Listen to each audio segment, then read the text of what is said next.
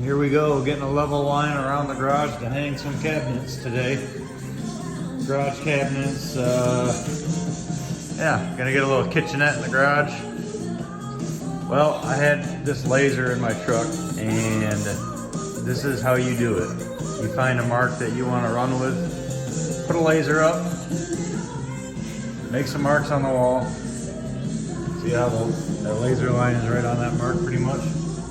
Run all the way around. So I made these so I know where the top cabinets go, but I did run that laser all the way around and make marks by the edge of each window in case in the future I want to add more cabinets around the garage. So each window, garage doors, if I ever want to put cabinets over there, I got it marked where the bottom is so they all stay level.